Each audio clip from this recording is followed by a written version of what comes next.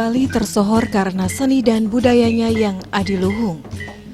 Tari dan kerawitannya yang beragam membuat Pulau Dewata ini penuh keindahan. Selain tari wali, kita mengenal tari bebali dan tari bali-balihan. Salah satu tari wali yang berhubungan erat dengan ritual keagamaan Hindu adalah tari topeng Sidekarya. Kesenian wali ini diyakini akan selalu ajak lestari karena berkaitan erat dengan pelaksanaan upacara yatnya. Dalam pementasan seni sakral keagamaan, penari tak hanya dituntut menguasai tarian, namun juga mesti memahami tatuanya. Salah seorang penari topeng yang menganggap betapa pentingnya memahami tatua tari wali adalah Madi Tangkas, tenaga medis yang praktisi seni asal Banjar Penataran, Desa Kendran, Buleleng. Bernama lengkap Dr. Madi Tangkas SPOG MPH, kendati seorang dokter, kecintaannya terhadap seni budaya tetap membara dari sejak kecil hingga kini. Pria kelahiran tahun 1968 ini sehari-harinya bertugas di RSAD Denpasar. Pemirsa Bali TV, bagaimana proses berkesenian Madi Tangkas? Ikuti taksu berikut ini. Bakat seni Madi Tangkas menurun dari kakek dan kedua orang tuanya. Sang kakek merupakan seniman dalang, ayahnya Ketut Lonco dikenal sebagai penari topeng, sedang ibunya Nyoman Putri, penari joget bumbung pada masa mudanya. Bakat seni itu sudah dirasa muncul saat usia muda. Tertarik menari topeng, Madi Tangkas lalu belajar tari dari seniman Nyoman Durpe dan Ana Agung Rake, guru seni di SMA Negeri 1 Singaraja. Selebihnya Madi Tangkas mengguru ringkalangan atau belajar daripada penari senior saat ngayang ngigel. Saat kuliah di Fakultas Kedokteran UNUD karena saking sibuknya, aktivitas berkeseniannya sempat vakum. Lulus tahun 1993, dia diangkat menjadi PTT di Buton, Sulawesi selama 3 tahun.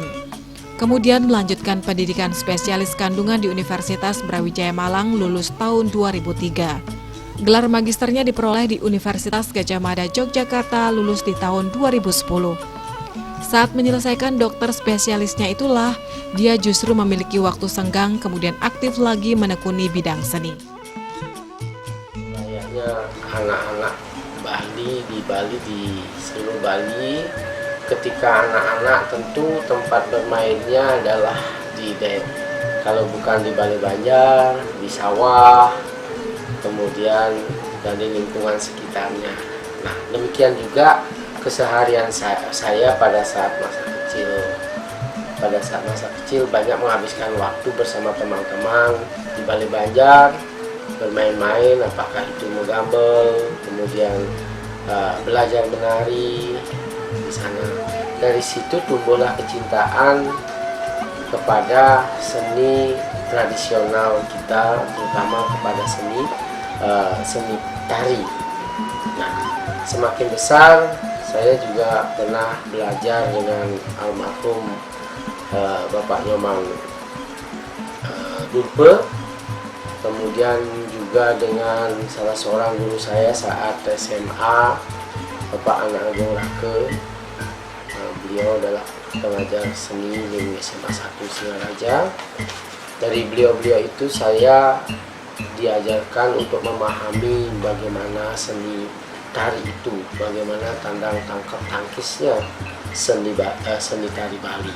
Jadi menari tidak hanya sekedar menggerakkan tubuh, tetapi juga memahami tandang tangkis tangkapnya. Seiring dengan bertambahnya usia, kemudian saya kuliah di Denpasar di Fakultas Kedokteran.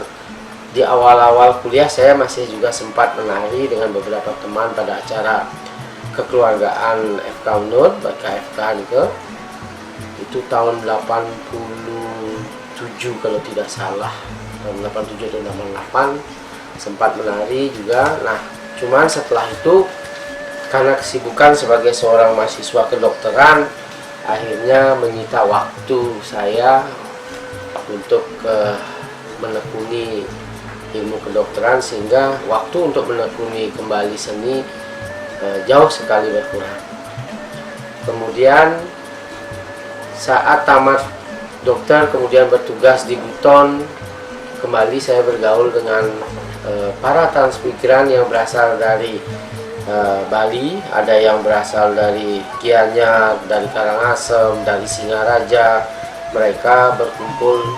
Ada 2 tempat utama di Kabupaten Buton itu, Lasa Limo dan satu lagi namanya Karing-Karing. Desa Karing-Karing itu, di sana saudara-saudara kita bertransmigrasi dan hidup menetap sampai saat ini. Dan desa mereka itu cukup maju, memiliki kayangan 3 juga sama seperti kita di sini. Di sana sempat juga ya saya diajak untuk mengurus organisasi masyarakat Hindu di sana. Cuman untuk menekuni tari kembali saya belum memiliki waktu. Nah, baru kemudian setelah saya menamatkan pendidikan sebagai seorang spesialis di Malang, kembali lagi ke Denpasar. Disinilah kembali saya memiliki waktu, peluang, dan juga komunitas untuk kembali lagi menekuni seni yang saya tekuni sejak kecil. Dan bahkan seiring dengan berkembangnya situasi saat ini, keinginan saya untuk mendalami seni, kemudian memelihara seni itu sendiri semakin besar.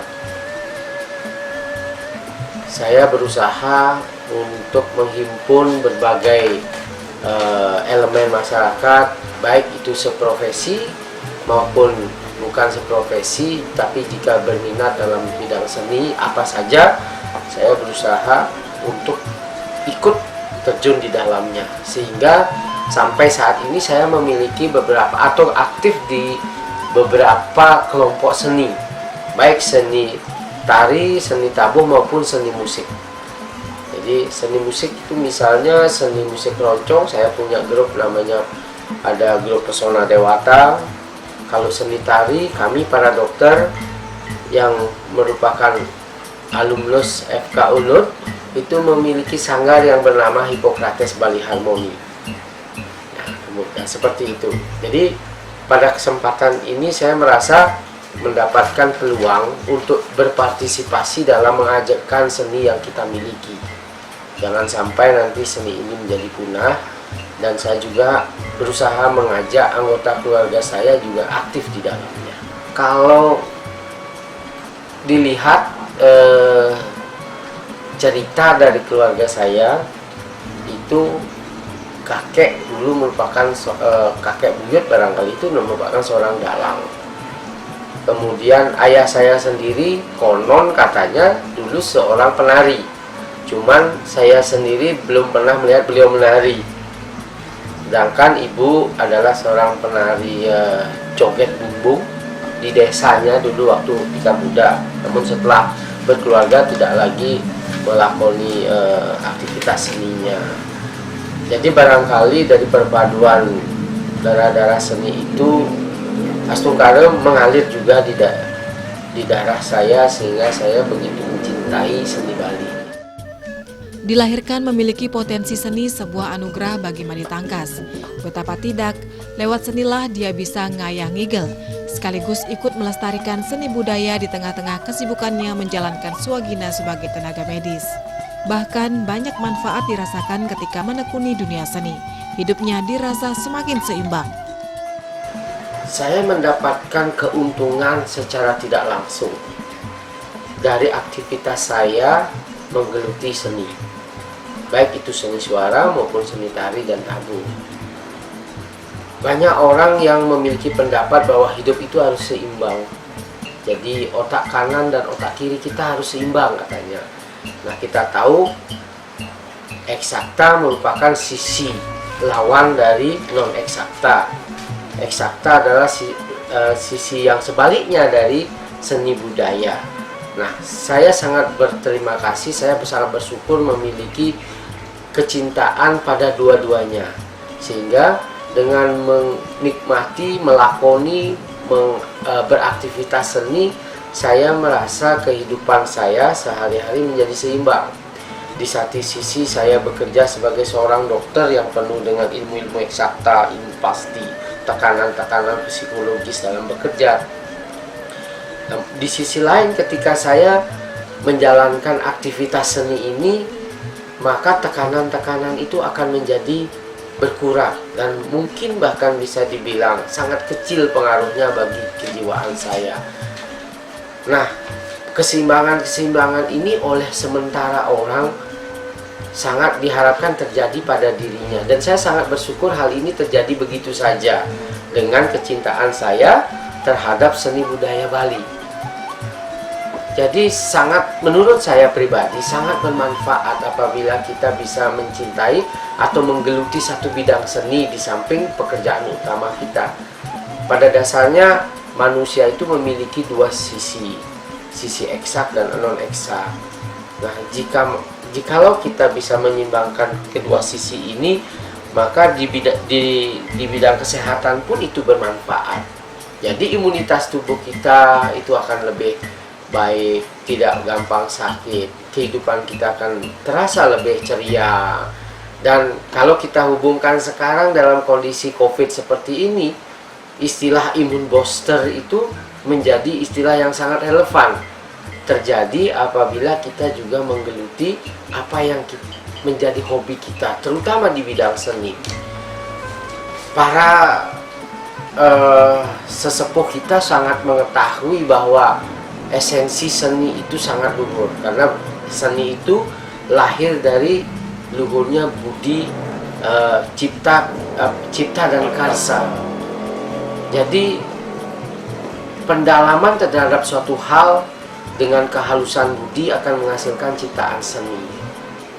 Seni bisa berupa patung, bisa berupa tarian, bisa berupa seni lagu, kidung dan sebagainya. Nah, proses penciptaan ini akan sangat mungkin terjadi apabila seseorang itu memiliki kehalusan jiwa, kehalusan budi, dan notabene harus seimbang dia dalam kehidupannya, baru bisa melakukan proses penciptaan.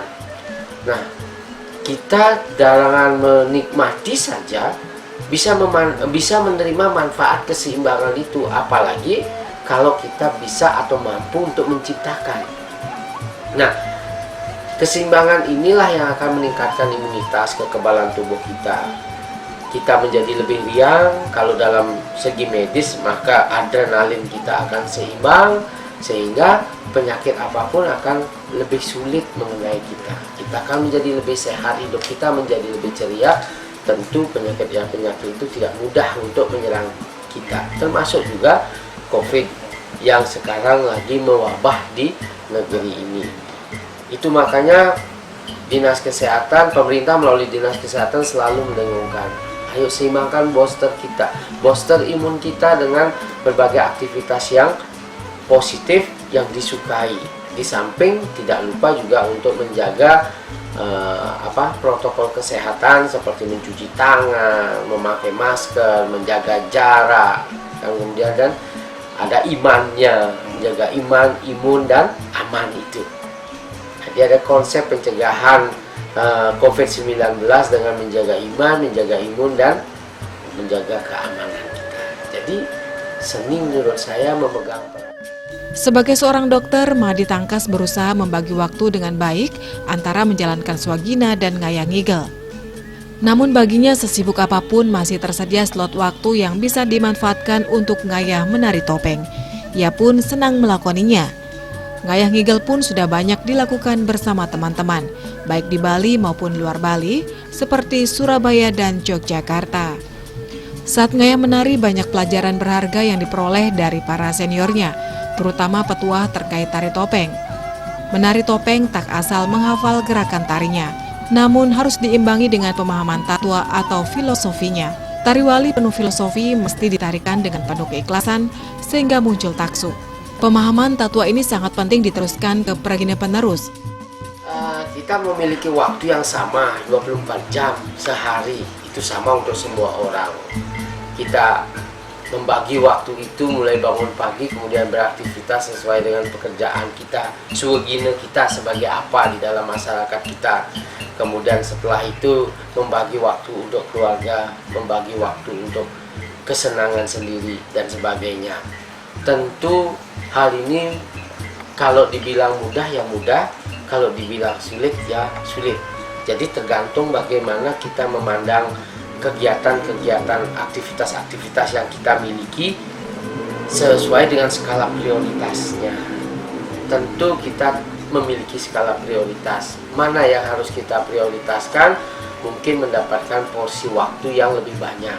Mana yang tidak skala prioritas mungkin kita bisa bagi kemudian menjadi beberapa bagian waktu atau di hari yang lainnya. Tidak harus seluruh waktu kita curahkan hanya untuk mencari penghidupan saja.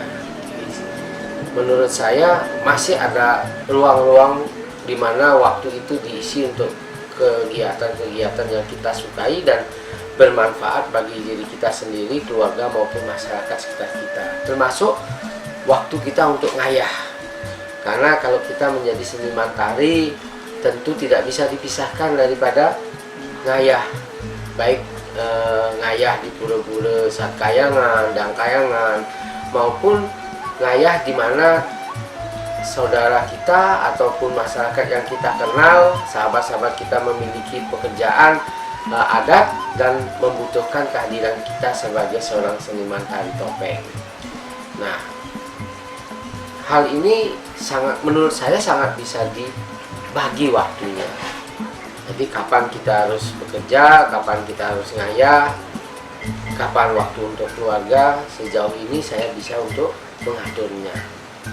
Nah, apabila dalam suatu ketika hal itu bertabrakan waktunya, kita akan pilih secara skala prioritas. Mana yang akan kita dahulukan? Apakah panggilan pasien ataukah kita ngayah? Nah, di sini tentu saya harus berpikir apakah panggilan pasien ini darurat tidak. Seandainya darurat tentu itu yang saya dahulukan. Tetapi kalau masih ada waktu untuk jeda menangani pasien ini, maka selang waktu itulah yang saya gunakan untuk ngayah. Jadi kedua hal ini bisa berjalan beriringan tanpa harus saling mengalahkan. Selama ini ngayah bersama teman-teman ya seperti di Pura Kayangan 3 di Singaraja, kemudian juga di Besakih, di Pura Kawitan, di Pura Pedarman, atau diajak oleh kolega-kolega sanggar saya ngayah di tempat-tempat di mana mereka dibutuhkan, seperti misalnya di Senganan, di Tabanan, atau di Uluwatu.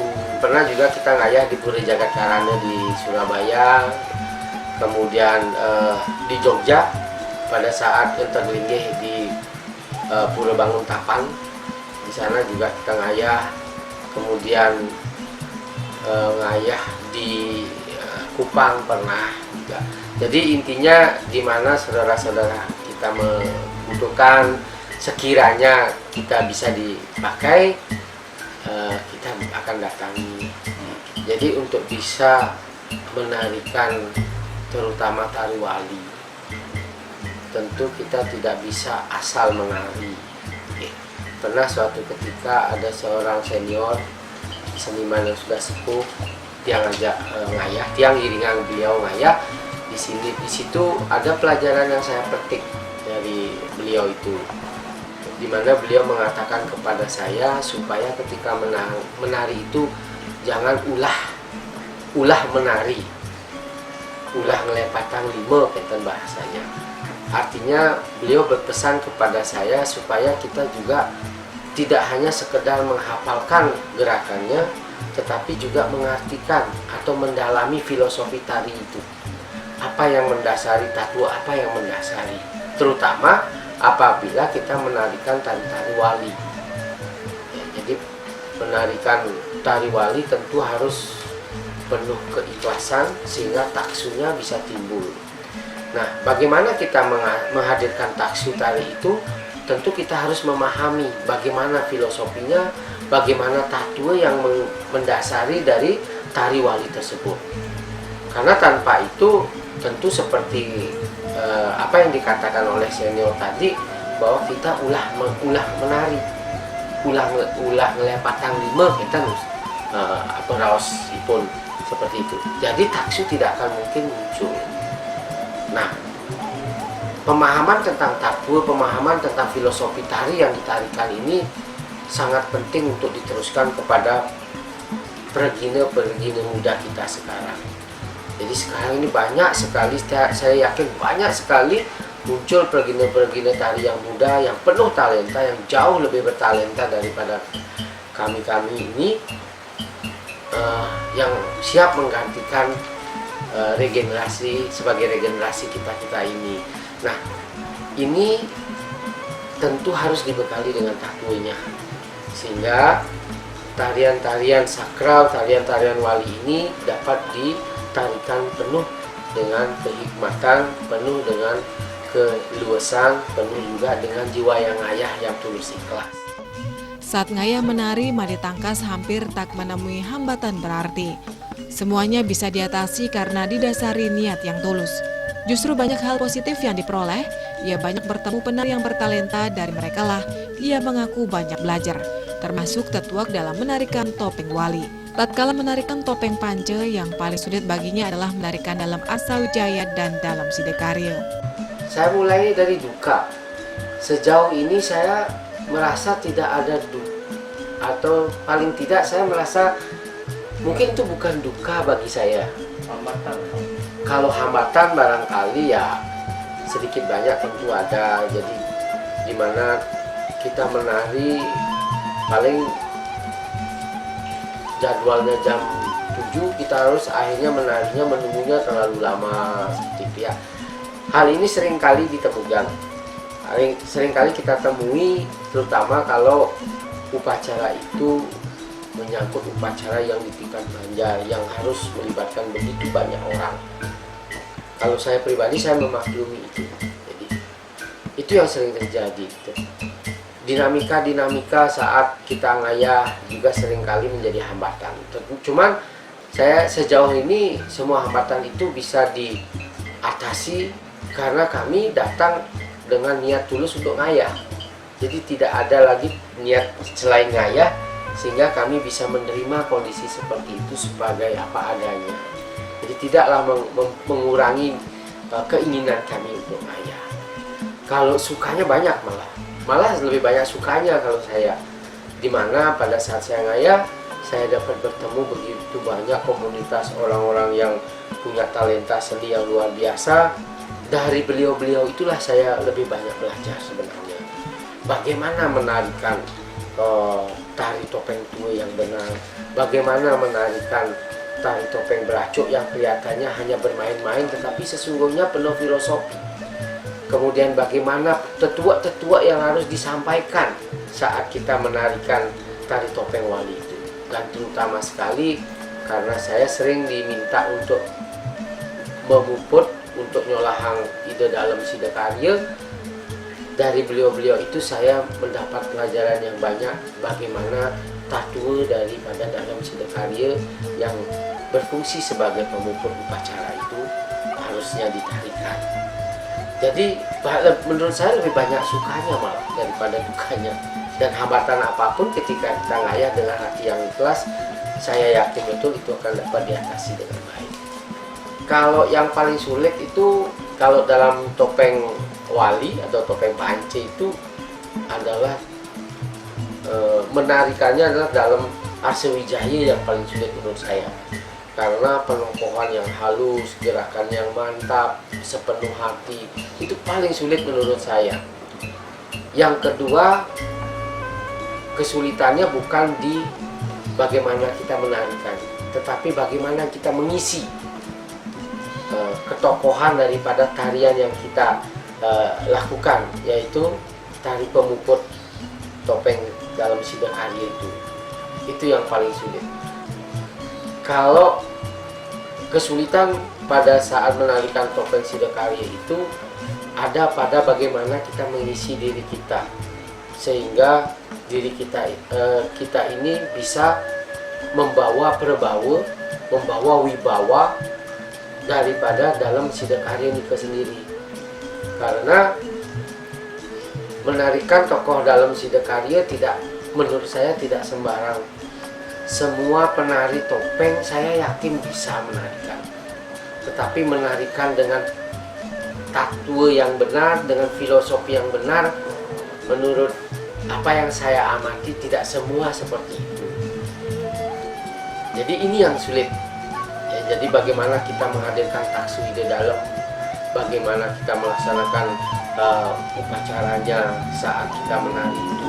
Karena itu kan pemuput ya. Jadi sekaligus si penari topeng dalam Sidakarya ini juga bertugas untuk memuput upekara yang ada di depannya, yaitu upekara Sidakaryanya. Ada sesayut Sidakaryanya, ada ayabannya, ada segehannya. Jadi dia juga berfungsi seperti pemuput upacara sebagaimana layaknya upacara. Inilah yang perlu dipelajari dengan seksama oleh seorang penari manakala dia akan menarikan tokoh ini. Jadi tidak sembarangan asal menarikan, walaupun gerakannya halus bagus, tetapi kalau inti daripada penokohan dalam Sidakarya ini tidak ditemukan atau tidak didapat, maka saya kira itu akan menjadi sia-sia. Made Tangkas berharap generasi penerus hendaknya belajar memahami tatua kesenian wali selain pakem tariannya. Menari topeng hendaknya dilakukan dengan niat yang tulus. Baginya seni petopengan akan selalu ajeg karena berkaitan dengan ritual keagamaan Hindu. Pemirsa, demikian kiprah sosok Dr. Made Tangkas yang memiliki talenta di bidang seni. Semoga kiprah suami Dr. Nimade Sumiartini SPA dan ayah dari Dr. Loputu Widya Saraswati Tangkas, Made Revika Widya Apsari Tangkas, Nyoman Krisnanda Widya Pradnya Dewi Tangkas, dan Ketut Kesawa Widya Wiweka Tangkas ini selalu menginspirasi.